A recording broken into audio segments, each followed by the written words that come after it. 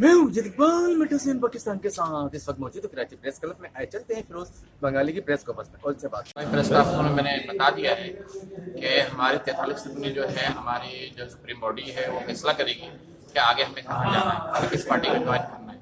ठीक है ना, इस हवाले से हम तो पाकिस्तान पीपल्स पार्टी में सिर्फ इसलिए आए थे शहीद मोहतरमा बेनज़ीर भुट्टो साहिबा का विजन देख के, लेकिन हमें तो अफसोस होता है कि ये जो है अवामी पार्टी नहीं रही। इस वजह हम मजबूरन जो है हम पार्टी छोड़ रहे हैं, इसलिए कि हमें तो आवाम को जवाब देंगे। हम कराची से हम जो है सिंध से लेके जो है कश्मीर तक, ठीक है ना, हमारे कश्मीर और जो है ना हमारे जो है अल्हम्दुलिल्लाह 50 लाख से ज्यादा सिर्फ हमारी बंगाली कम्युनिटी है, लेकिन हमारे साथ साथ लाखों करोड़ों लोग जुड़ गए हैं अल्हम्दुलिल्लाह।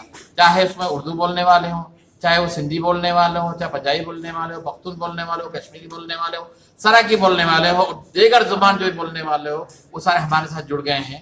तो अल्हम्दुलिल्लाह जो हमने वोट जो 2018 में पाकिस्तान पीपल्स पार्टी को दिया था, वो वोट आप इंशाअल्लाह ताला पाकिस्तान पीपल्स पार्टी कम से कम नहीं मिलेगा।